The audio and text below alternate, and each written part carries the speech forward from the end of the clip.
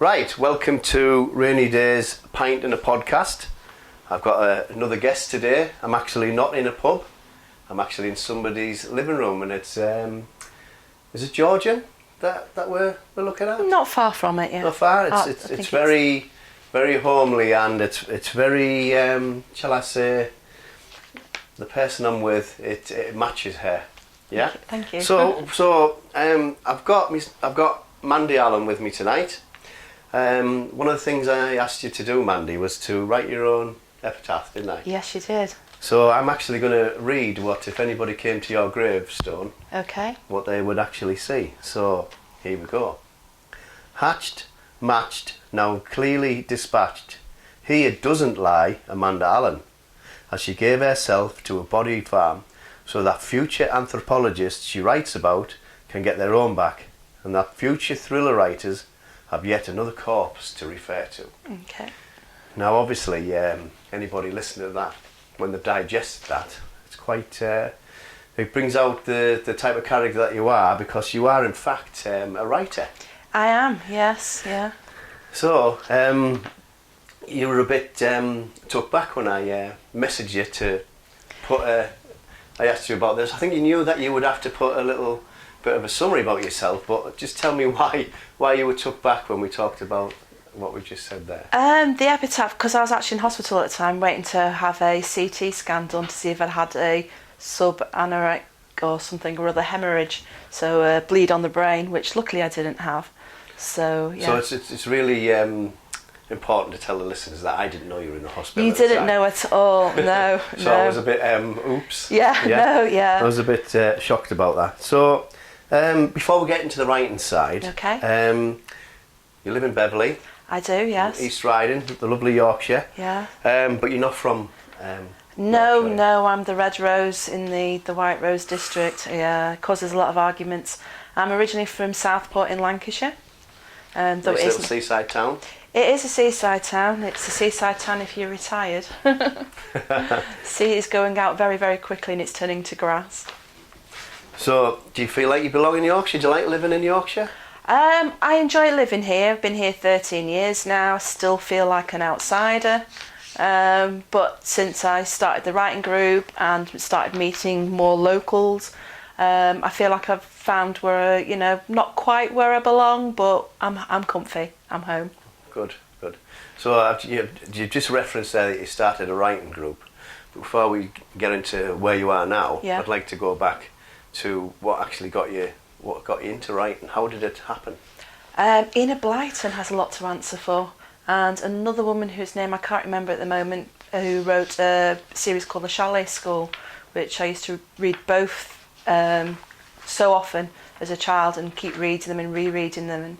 And I suppose what I did then was write what would now be termed as fan fiction, especially with The Chalet School. I wrote lesson timetables, I wrote stories from individual characters and took them on their own adventures. And as a child myself, and probably a bit older than I should have been, I always wanted to be George out of the Famous Five, and I went off on my own adventures around Southport, which wasn't very many, to be fair. Cool. So I know you're into writing. I know you're a writer. Yes. You're also into films. Absolutely. Yeah? Yes. You like so you don't just do novels. You do screenplays. I do. Yeah, I write screen and film and TV. So screenplays then. Yes. Why screenplays? It's very unusual, or maybe I might be wrong, that somebody sticks to one. Either a novel or a screenplay, but actually this day and age they seem to mix match and even jump into TV, don't they? Yeah, I think it's the idea of, for me personally anyway, the idea of a film, it's a one-off, unless you're lucky enough to do a trilogy or something like that, and you've got 90 minutes, 2 hours to express yourself. Whereas in TV, you've got a longer time to challenge yourself and develop your characters, which is fantastic. And then hopefully, you won't repeat series and things like that. Whereas novels, you have to be more flowery, you have to put more exposition in, and it's a different style altogether. And it's great to be able to express both sides. So, what is your claim to fame? Claim to fame. I met Jeb Stewart. He's a wonderful guy who actually wrote an adaptation of a novel, and off the top of my head I can't remember. I'm really embarrassed. And the adaptation was a little film called Die Hard. Die Hard. Great film. Yeah, and I had a chat with him for about half an hour, and he helped me with the novel I'm currently writing by giving me some advice, which was to change the protagonist's job, and something as simple as that sort of made the rest of the story fall into place. And my Googling exploits have also found out that he wrote Lock Up and The Fugitive. He did, yeah. The Fugitive's one excellent film. It is, it's one of my favourite Ford. films. Harrison Ford's just amazing, yeah. And one of the things one of my questions here is there something that you would say that other people wouldn't necessarily agree with you with? And one of them was, I actually come to one of your writing classes, and you shocked everybody our writing class by telling us that Die Hard was actually a Christmas movie. I swear by it's a Christmas movie. It's got more references to it than A Wonderful Life to Christmas, which doesn't have any. And it was out in July, but who cares? It's a Christmas movie. It's the first movie we watched on the 1st of December every year without fail. So yeah. So anybody who's listening to this says it's not a Christmas movie. They need to literally sit there, watch it, read the script, download this copy of the script, and read it. See how many times Christmas is mentioned in it, and then say it's not a Christmas movie. It's got a few Christmas trees on each floor of the hotel. Absolutely, yeah. So sticking with movies, Yes. I know you've got a passion for films as well. Yeah. Movies is an American term. I'll move away Yeah. from that. I've just got a quick question for you, which will lead on to a nice little other question. Now, 3 Billboards Outside Missouri. Have you actually seen I that have, movie? yes, yeah. Great movie. Did you? Some people, the subject is really dark. Yeah. But I think it's a great movie. That's not my question to you. Okay. My question is to you: if you had a billboard, Yes. outside of on the M62 Yeah. coming into Hull, or the York Road 1079 coming into Beverley, Yeah. what would you put on it? Oh, what film or what? Just generally. This is your opportunity. There's a billboard where everybody will see coming in and out of this area. Right. Just the simple. I think I would just encourage people to write. Simple as that, because it doesn't matter to me. Writing is a therapy. Despite what you're writing or why you're writing, the benefits of it is far outweighs anything else. So I would just simply say, write, do it now. Right, do it now. Yeah. Good message. So there'll be a lot of people out there listening, thinking... Not while you're driving, though. Not while you're driving. There's a lot of people out there listening and think, well, I'm not a writer, I'm not educated. What would you say to that? You don't need to be. Absolutely don't need to be. I've been working with a gentleman at the moment who, like my husband, has severe dyslexia, and he has had people write for him. He's had scribes. He dictates his whole novel, and it's a brilliant novel. The Killing Moon, Michael Robinson. A little bit of a plug there. He certainly needs it, and it's, to me, the fact that he is an advocate for mental health.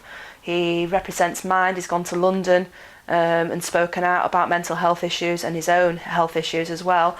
And the fact that he's produced this book while not actually physically writing it says to me that there's no barriers, and it doesn't matter what level of education you are or that you can't spell or anything. It doesn't matter. Just go and do it. So the Absolutely. The message out there is... doesn't matter how level of education or what who you think you can't write, there's no barriers there. You don't even have to have an education. You could have left school with absolutely nothing. As long as you pick up a pen and you have a piece of paper, it can even be a bus ticket. I've written many a short story. I wrote a play on a bus ticket. It doesn't matter. Just write. And obviously the lower end of education, if they can't write, you can record it with audio and send Absolutely. it to somebody, can't you? Yeah, and I'm sure there's always somebody who will, either a family member or a friend, or if you really want to, you can hire students who will, come and write for you. Yeah. But yeah. There'll be, as you've just alluded there, there's a lot of students there who have got the educational background, but are lacking. I'm going to say it, they haven't been in this world that long, and they haven't got the knowledge. So if somebody like that who's been around a while, who's got stories coming out of the head, a student, and then collaborating together.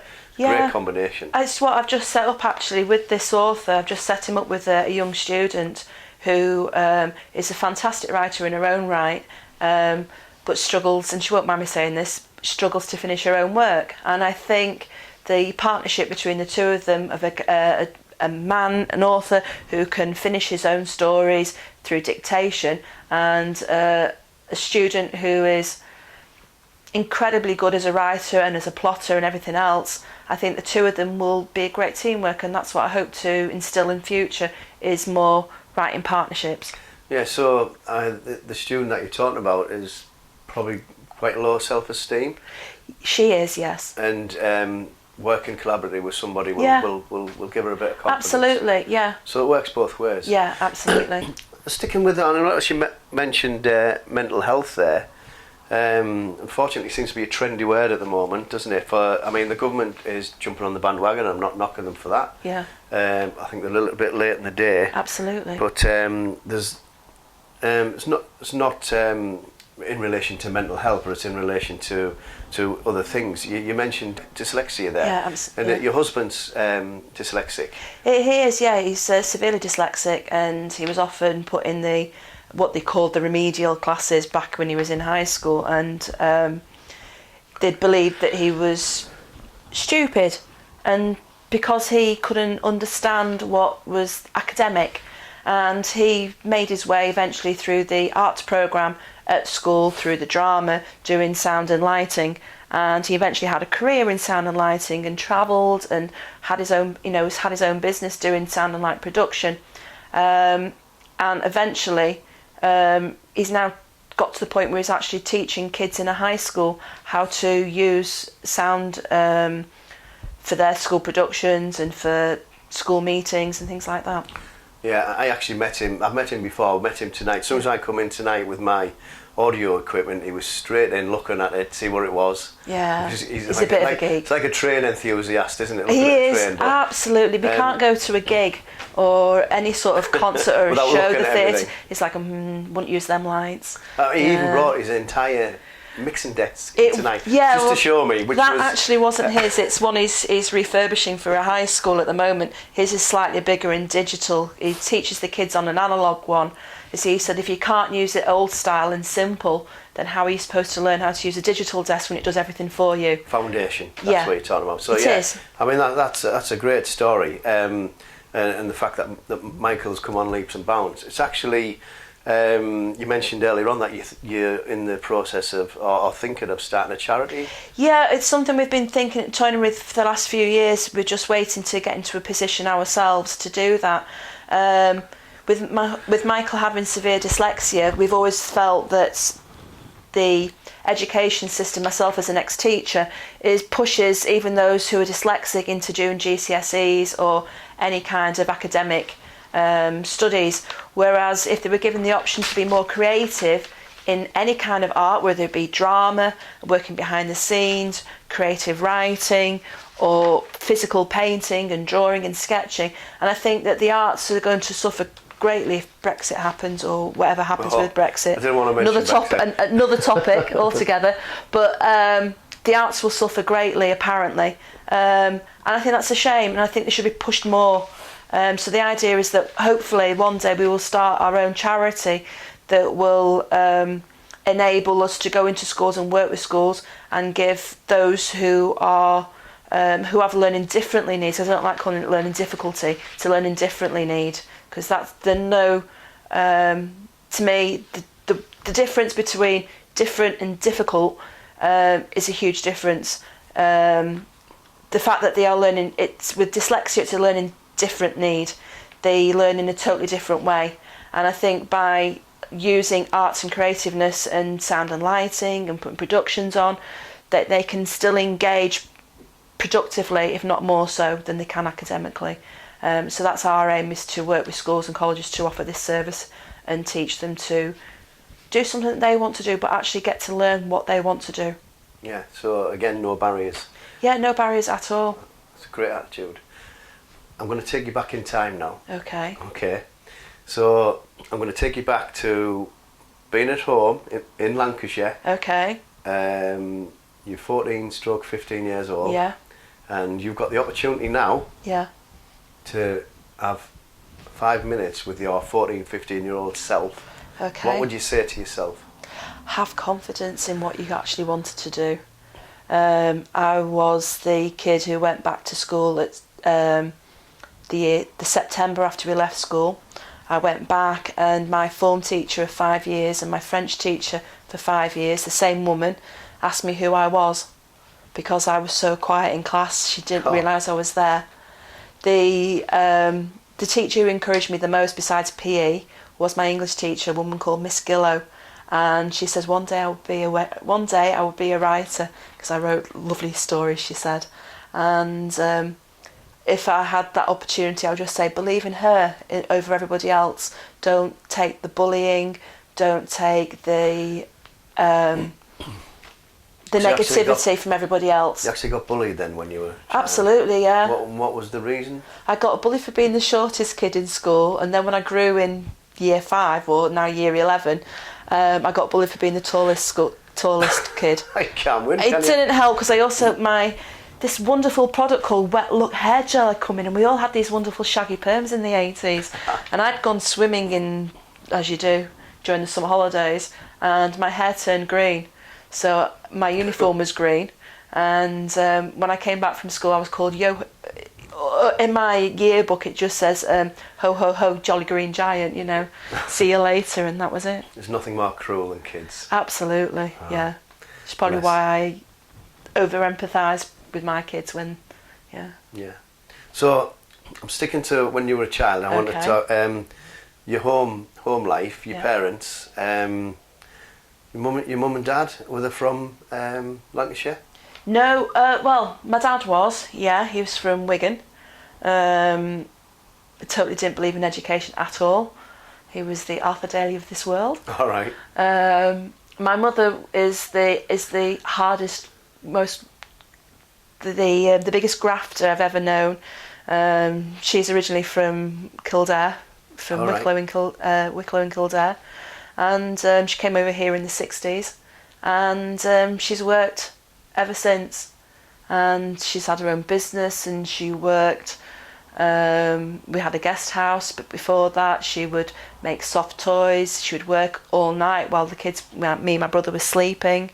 And she put up with an awful lot. That explains a lot of things, because you've told me things about your writing and your passion, and what you're doing.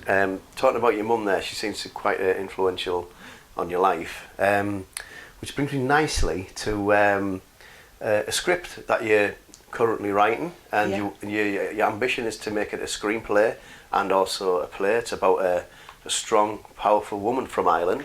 Yes. Would you like to just enlighten us? Mary Davis. She has been with me in spirit, if not in her words, for the last 18 months possibly now. I discovered her purely by accident. I was looking for an Irish female writer. There's not that many of them, and I came across Mary, and she lived 300 years ago. She basically, her backstory is, we're not too sure too much. We know that she married a guy called Patrick, who was, I'm saying Patrick now, sorry, I've forgotten his name. I want to say, begins with a P. I've forgotten. Peter. Anyway, she marries Mr. Davies, and he was a teacher at Trinity College in Dublin, along with Jonathan Swift, who wrote Gulliver's Travels.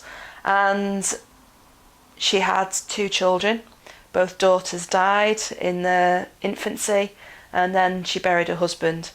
The school wouldn't keep her, and she'd fallen out with her family.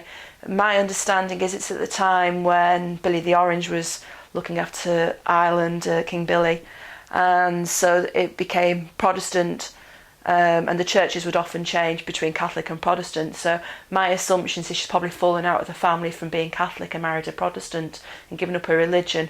for romance, but maybe that's the romantic in me.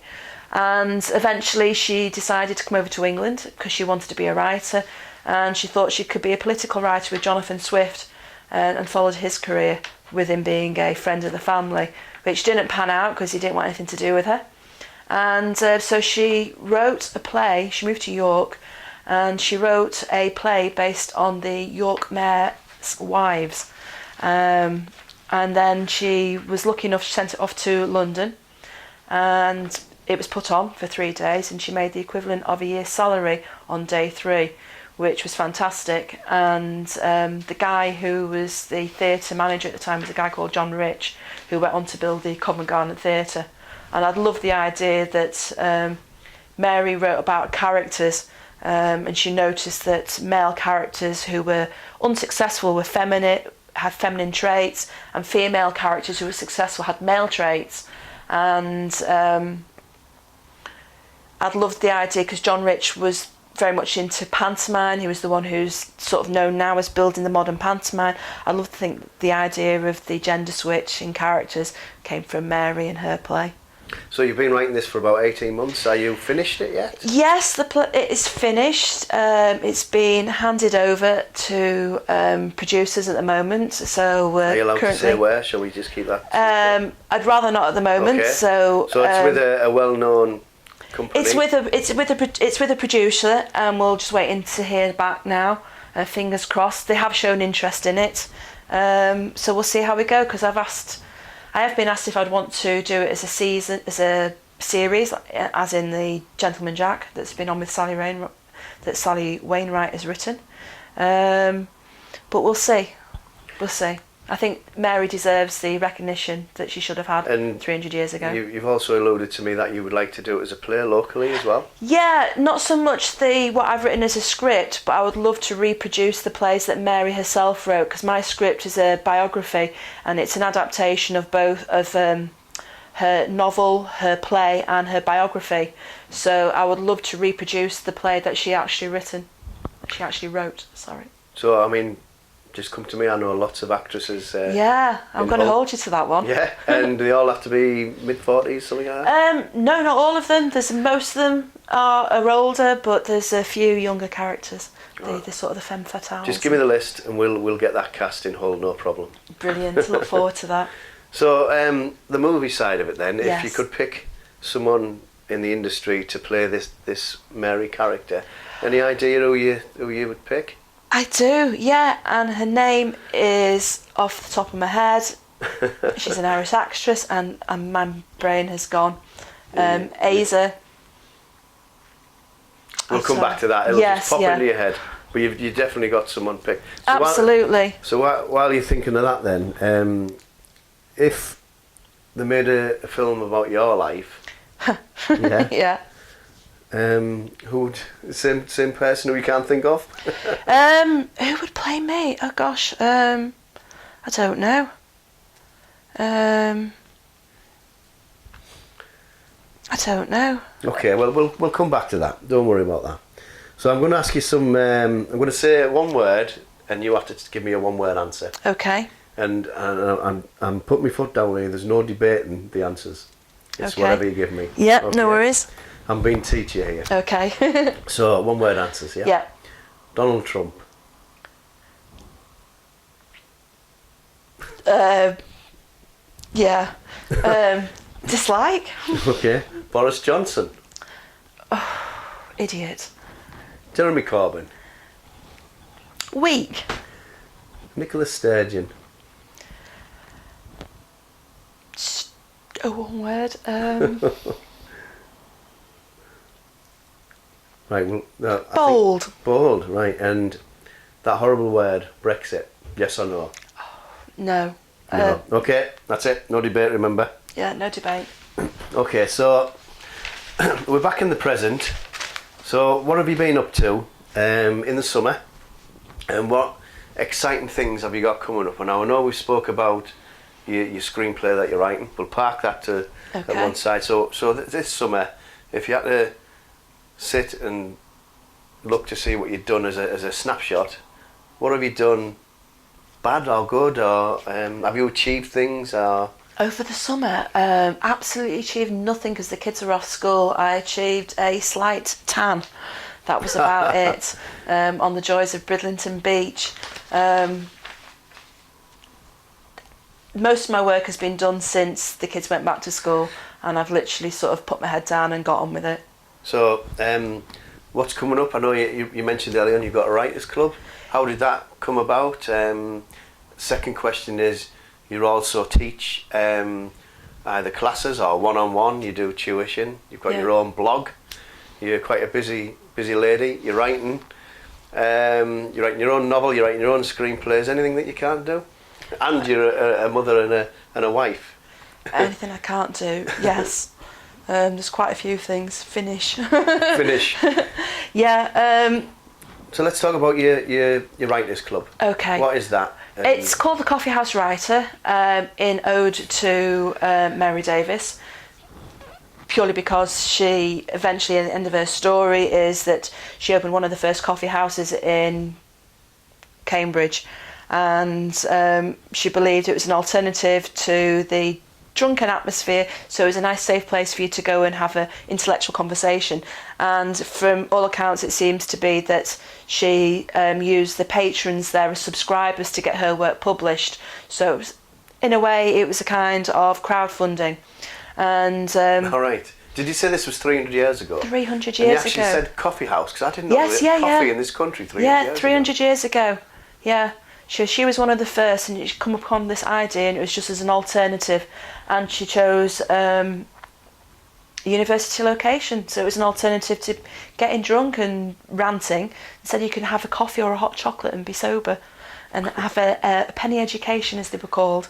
I wonder how that went down 300 years ago with obviously a woman, and an intellectual woman writing, and that kind of when it went against the grain, I suppose, 300 years ago. I think from what I've read and researched, that she wasn't a businesswoman. She didn't die with any kind of wealth, but she had her work published. She had people like Alexander Pope subscribing to her, and his friend Martha Blount, who were quite well known in, and along with other people.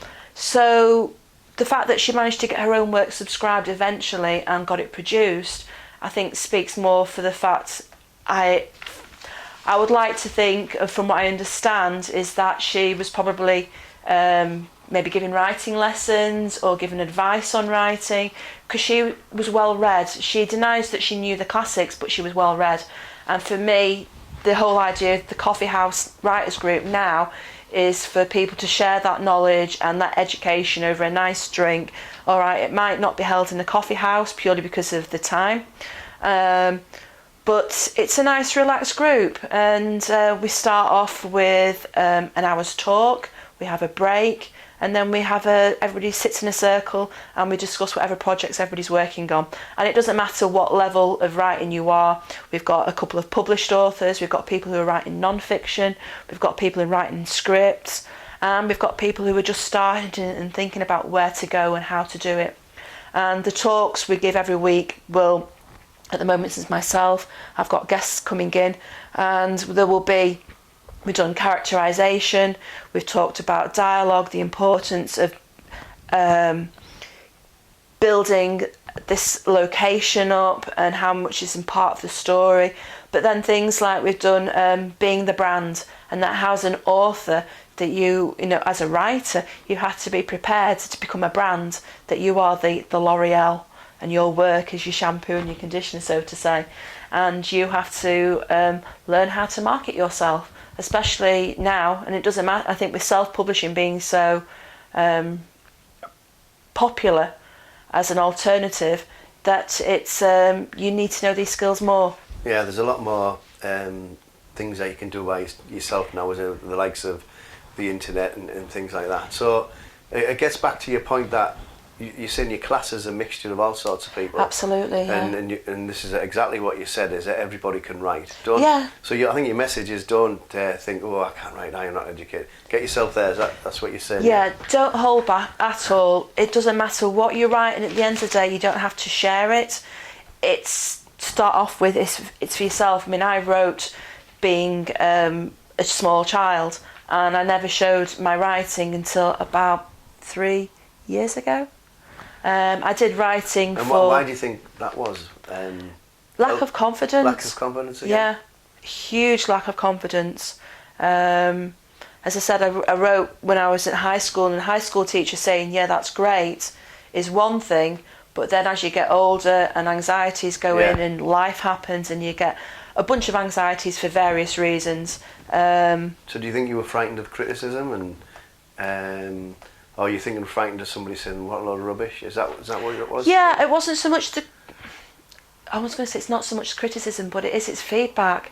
It's isn't it? I think it's that thing that, yeah, you've got somebody who will say it's good, but you want, at the end of the day, you want the majority to say it's good. You're always going to get somebody who doesn't like something. Absolutely, because there's going to be somebody who's not happy with everything. So what actually gave you what was the turning point for you actually to say, right, I'm going to show my work to some people? I'd just finished a course at Hull University doing something. When I was a kid, there was only 2 jobs I wanted to do, which was be a writer and marine biologist. And then a few years ago, I had the opportunity to go and study marine biology. And I actually hated it because it was all to do with freshwater fish. And I took an extra option of archaeology up and really enjoyed it, and ended up finishing my degree in archaeology and forensics. And within that, all I could think of was, oh, I can see where the crime readers are doing this, and I could see this, and I was like, and it started to annoy me that with all the information that's out there on the internet and in how easy it is to get textbooks, that certain writers, both on TV, film and in novels, were getting facts wrong. And for me, that's a big issue. I mean, I'm not saying that everybody's perfect, we're going to get everything right, there's always going to be maybe that little mistake, but to get big facts wrong was a big thing for me. And I signed up to the East Riding College for an adult creative writing course, and after that I sort of built my confidence up, and I applied for a master's, and I did a master's for 2 years at Falmouth in screenwriting. I had a play on in the meantime I joined Script Yorkshire, and I had a short play on last year, which I got really good feedback with, and I had a lot of people coming to me afterwards and saying, oh right, you're going to write a full one, you're going to do this and you're going to do that. So that was you straight out the traps then into writing? It was, absolutely, and I think having like-minded people is a huge part of it, again, which is goes back to the writing group, is that the ethos behind that is that writers are there to support each other, and I always say it's a learn, write, social. For that reason, and the social side of it is you're there to support people and you're not backs, but you're there to support people when they have the successes as well, because not everybody will understand, but other writers will. Yeah, so it's a bit like an extended family, I suppose. Absolutely. Yeah. I also know outside the writers group where people can come have a coffee, a beer and listen, or just take it all in. I also know that you do an advanced writing class. You also do a beginner's writer class. Yes. You do one-to-one tuition. You crib scripts. You do feedback, etc. I know about the advanced writing class because I'm actually one of your pupils. You are, yes. And one of me questions to you, which I've never asked you before, I'm going to ask you now, is writer's block. How would you get over writer's block? It doesn't exist. It doesn't exist. It doesn't. Well, actually, it doesn't exist when I come here. Yeah. Because and I said this to you. Yeah. And Phil, the guy that sits next to me, I don't know what it is. We come here, and as soon as you put that question up on that screen, you have to tell me to stop writing, don't you? Yeah, because absolutely. I can't every stop. week. Yeah. And then when I leave here, it's like I've left my brain here, right? And I can't write when I get home. So I'm getting back to your writer's block doesn't exist. Do you want to explain yourself? To me, people who say they've got writer's block, it's usually people who've got writer's block are writers to start off with, and people go back a little bit further. People say to me, what makes me a writer? I say, if you pick up a pen and you put it on paper, that makes you a writer. It's as simple as that. There's no accreditation behind it. It's just pen, paper, write, or keyboard, or dictation. So let's just say for fun that writer's block did exist. Okay. I know you don't believe in it. Yeah. How anyone who's listening to this who's got writer's block at the moment and thought, "Do you know what, I can't write, I'm going to listen to this podcast because I can't write at this moment in time, I need to do something else." Got any advice for them to get over writer's block or to help them out? Yeah, for me, I think writer's block is being more overwhelmed with ideas, and people can't focus on one project because they've got so many running around the head at the same time. So what I would say is, if you're working on one project, shelf it. Shelf it, start something else. It doesn't matter if it's a short story, it doesn't matter if it's a letter to a complaint to somebody, or a journal, it doesn't matter, just write it. And for me, the next best thing is a walk on the beach or a nice hill walk. But yeah, the best thing I would suggest is shelve your project, start something new, because you can guarantee as soon as you're writing something else, the thing that stopped you writing the first project will come back to you. Pop into your head. Absolutely. Yeah. Either that or in the middle of the night. And as being a writer, if an idea pops in the middle of the night, would you get up and start writing? Or would Absolutely. I have a notepad next to my bed or my phone, and I will write notes. It annoys me other half because then the lights are coming on. So what would you say is the best resource out there for a writer? The internet. Anything other specific? People. It depends what they're after. If they're after research, make the most of everything. Talk to people. If you're wanting to learn to write, then join a group. Doesn't matter if it's a monthly group or you take a writing class. I mean, there's classes out there. I mean, I run beginners classes, but there are other people who run classes as well, whether it be a local community college or a council run class. Take a course. It doesn't matter. There's no experience needed, but just go for it. At the end of the day, you don't even need that. Just write.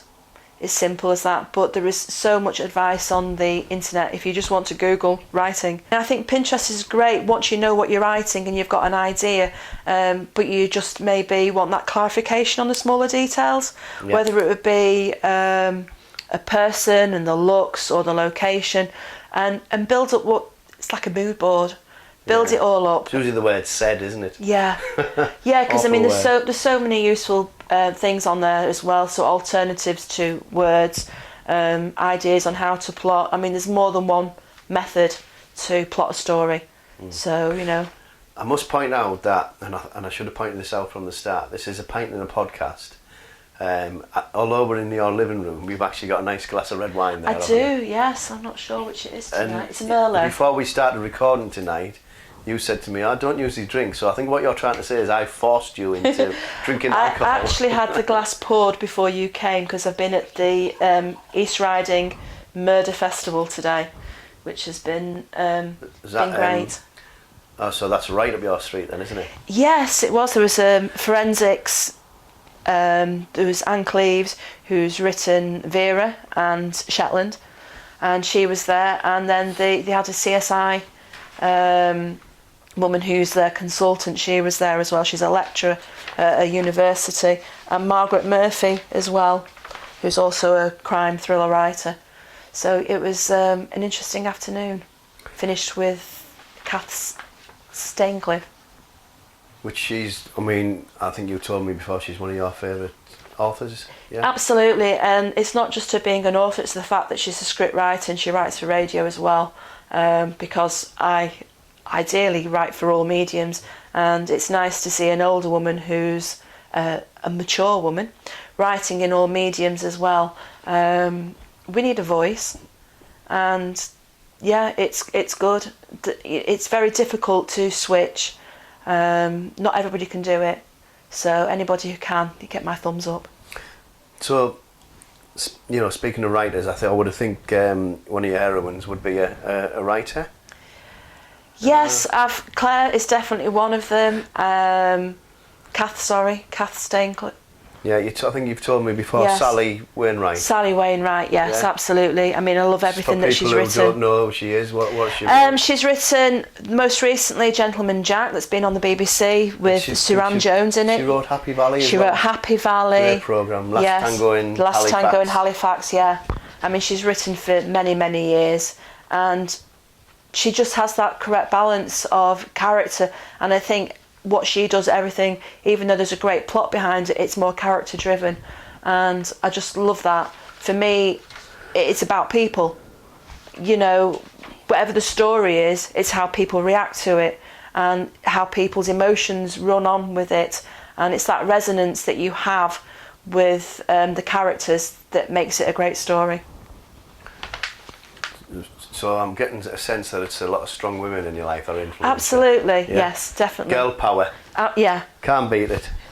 So, which brings me to, we've talked about your favourite authors, your heroines, etc. Favourite book?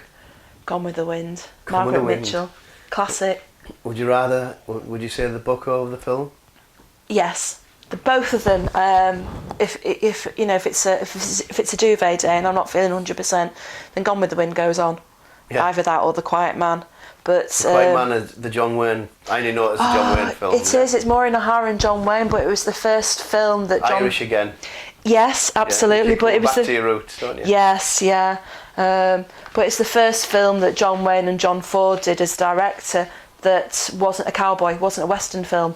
So it was a totally new territory for them. Yeah. And especially in that time to take such for the studios to take such a risk. But I think it's just one of those great films. I mean, in the Me Too movement, there'll probably be an awful lot of complaints about how he's quite abruptive and things like that, and borderline assault possibly. In the golden world of TV, it's a great film, and I think the cast are fantastic. But it's it's just a lovely, I think comforting it was the times, story. wasn't it? I mean, Absolutely, yeah. Times has moved on. Yeah. Yeah.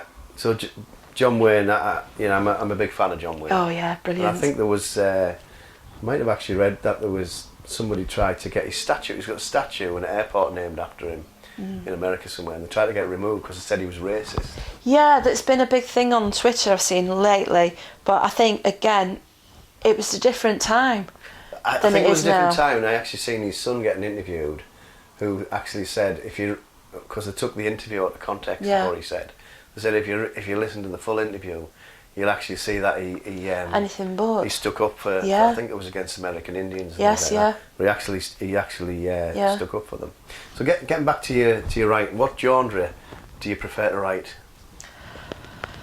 What I prefer to write and what I actually do write can be two different things. What would you like to write, and what do you write? Yeah, I write psychological thrillers and rom-coms, which are obviously two different. Do you not fancy combining the two then? Yes, actually, Well, there you go, that's the next one. That's the next one that's coming off. So you want to write? I love writing crime because that's what I love reading. I love the gritty stuff. I love not being. For me, the best books are the best TV series, and the best films are the ones you don't guess the ending until the last like minute. Seven. Yes. When you guess it early on, it's like, oh, for God's sake. Yeah, turn it off. Yeah. Yeah. That's It's it the now. same with I a know book. what's If you're happened. 6 or 7 pages in front of somebody, Yeah. you put it down, don't you? Oh, absolutely. And I've stopped many books. I mean, one of my favourite authors at the moment is an American called Melinda Lee, and I love her again because she's got a strong female character. But it just twists and turns all the way through to the end. And I've literally read 6 books in the last week of hers because they just flow so well. But they've just been brilliant.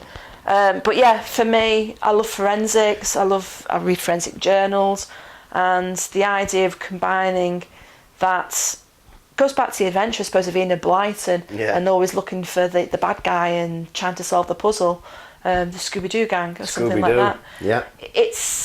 That's what I like. I like to set the puzzles now and to solve them myself as well. I don't always know what's going to happen though till the end. Well, that's got to be good if you don't know what's going to happen. How is anybody else going to guess? Well, yeah, it depends what the characters say. It's also, I'm a learning writer, as you know. I'm trying to make it look like it's obvious as well, and yet it doesn't go that way. Yeah. So that's another way of doing it. I just hope somebody doesn't put it down before I realise I'm trying to trick them. So, books. Yes.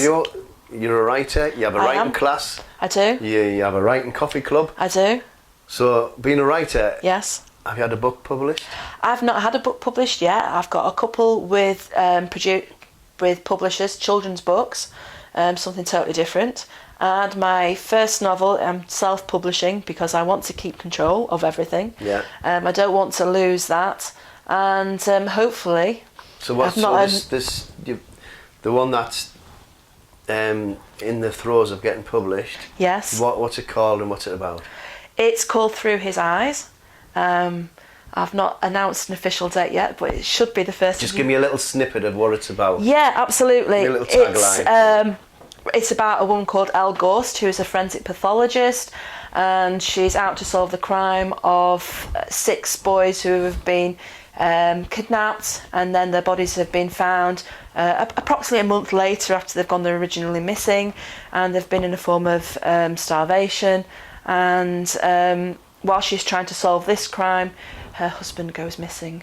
Oh, and your husband actually sleeps in the same bed as you? He does, yes. Did you know that you wrote this book? Yeah. Oh, well, he's actually read it, and he doesn't read as anything really unless it's a Haynes manual because of his dyslexia. And he actually read this and actually asked for more. All right.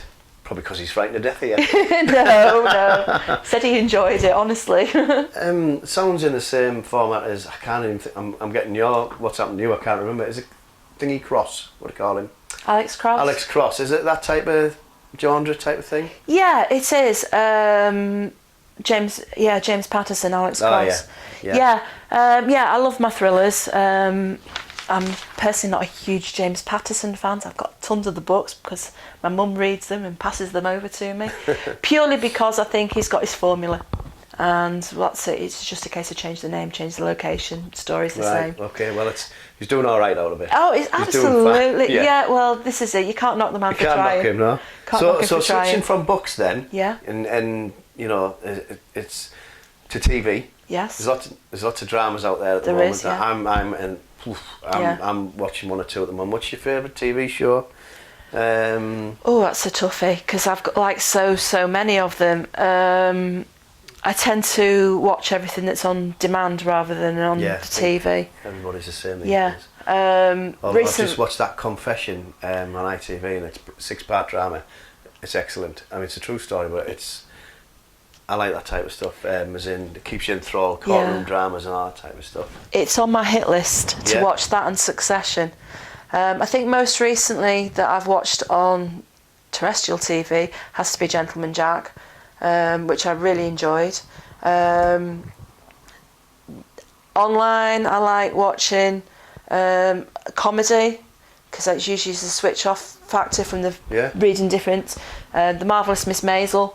Love it. Yes, thank you Absolutely. for that. Yes, and I'm just explaining to the listeners why I'm saying thank you, because you were explaining how cleverly written it is. Another strong woman. Absolutely, I told my 17-year-old daughter about it. She said she wasn't interested, and then she checked it out. Now I can't get on the TV for it because she's power watching this show, and she said fantastic. it's great. Yeah. I think, is it American? Is it? It is American. Yeah, it's American. I think set in the 50s. Mrs. Maisel, she's a Jewish housewife who's just found out her husband's had an affair, and he was trying to be a comedian, and she gets very drunk and has nothing on but her nightie and a coat, and then goes out to find him and ends up doing a stand-up on her own, and everybody applauded. So she goes, oh right, okay, and they decided to go and do it again and again, and eventually gets paid for it.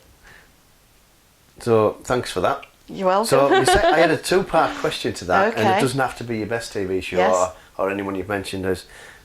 Can you tell me a TV show that's on at the moment and how you could make it better? Oh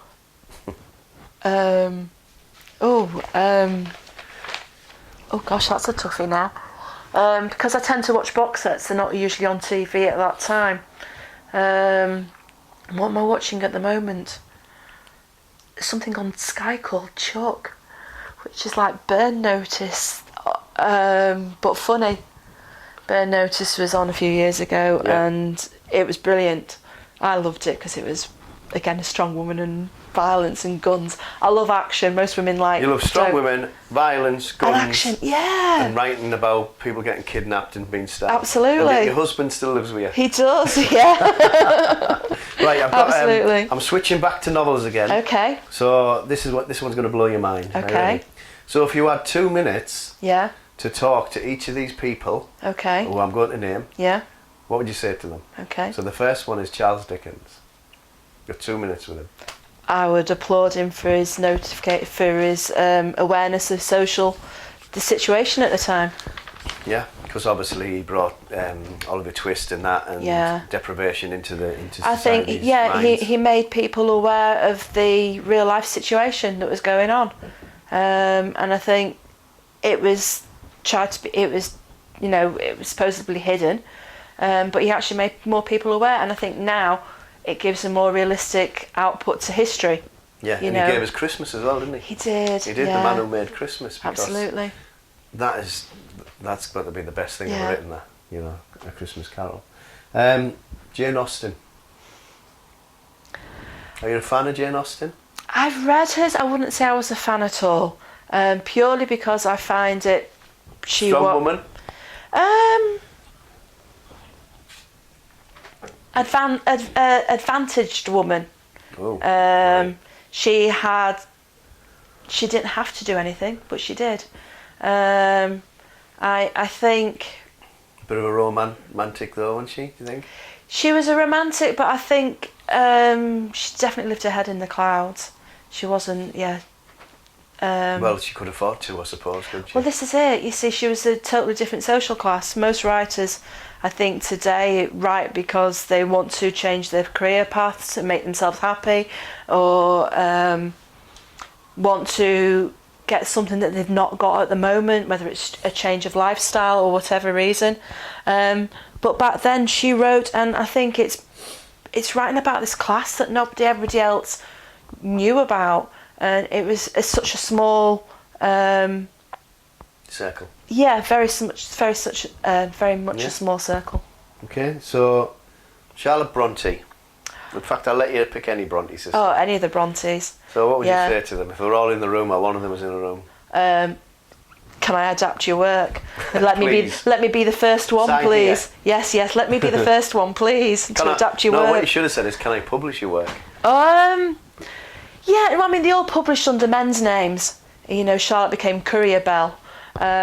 So that's how they got around it. Was that because they weren't accepted as authors being absolutely women in that day? Yeah. Scandalous, really, but I suppose it's what they had to do, isn't it? Yeah, absolutely. And for me, I've seen so many bad adaptations of Jane Eyre. I would love to do something that actually reflected her book rather than romanticised it, and actually discussed the mental health that her characters have. About Jane Eyre, you've just gazumped. Sorry. It's okay. Now, and the next one I've got Arthur Miller.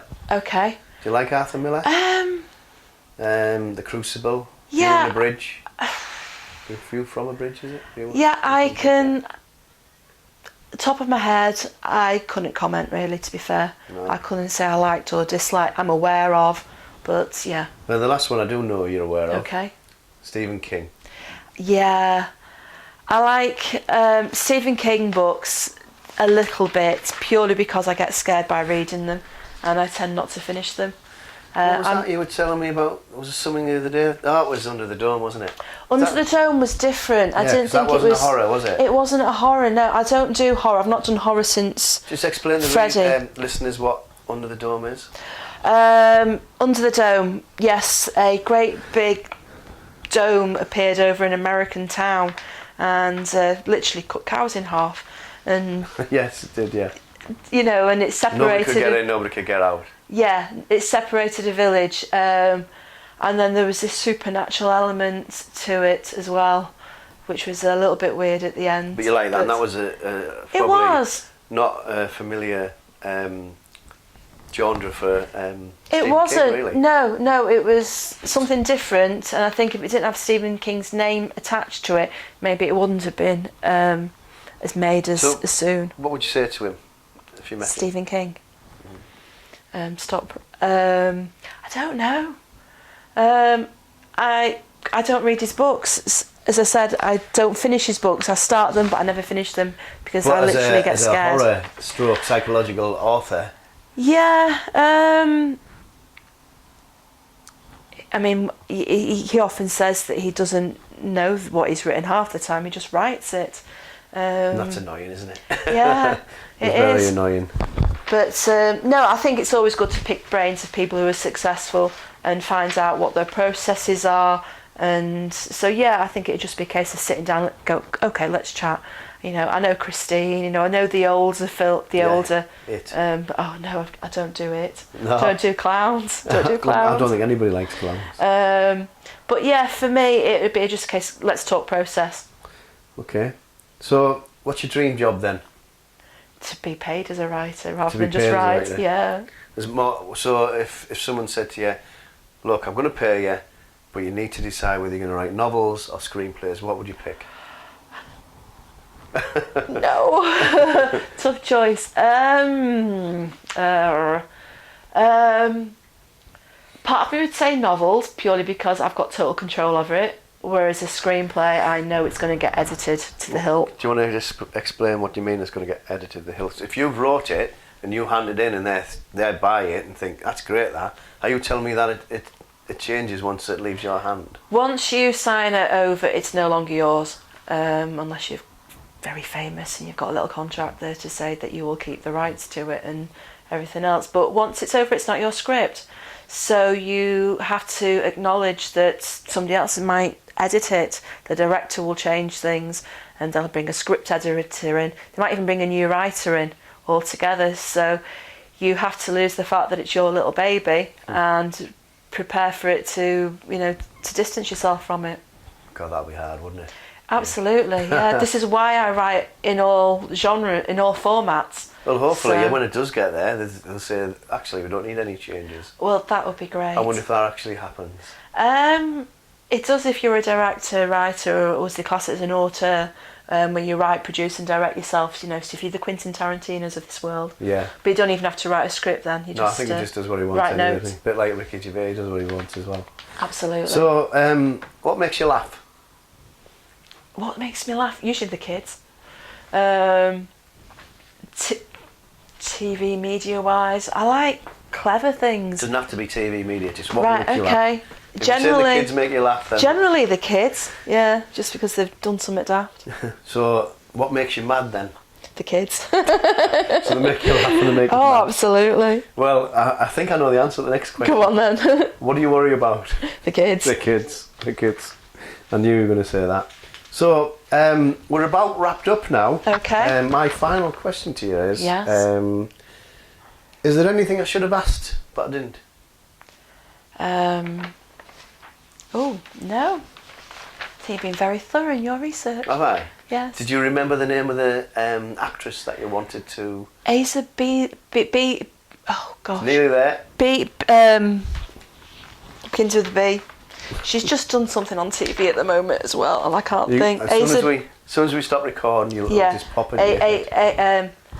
It's not even. It's spelled Aisling, but it's not. It's I'm useless with the Irish pronunciation, despite my background. And what's she been in then, so that at least somebody listening to this won't be totally frustrated when we cut off. Just for the benefit of the listeners, she's cheating now. She's going on her phone. I am. She's putting it into Google search. So we'll afford you that time. Otherwise, people will be so frustrated. She has recently done something with Paul Rudd. You got a name yet? Yeah, it's spelled Aisling, but I think it's pronounced Ashling. Ashley B.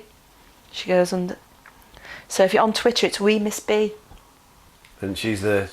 She is who I'd have play as Mary Davis if it was up to me, and I'd have an Irish director and production team, purely because I think some of the work that comes out from Ireland is fantastic. That and Screen Yorkshire, of course. Yes, I mean, just before we finish, I'll just explain to the listeners what Screen Yorkshire is. I know we obviously know what it is in this region. It's do you want to?